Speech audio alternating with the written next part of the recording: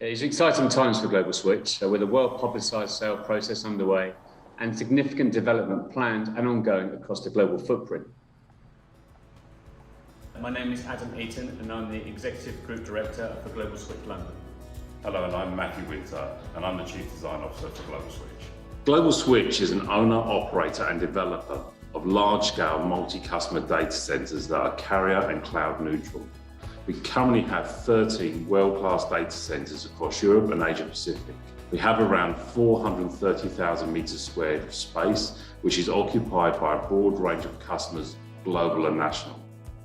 As a data centre operator, our core service is to deliver highly resilient technical space to support the stringent requirements of our hyperscale and enterprise customers. So Global Switch is growing, the industry is growing. Our core message for viewers is that we are a young industry, but a growing one.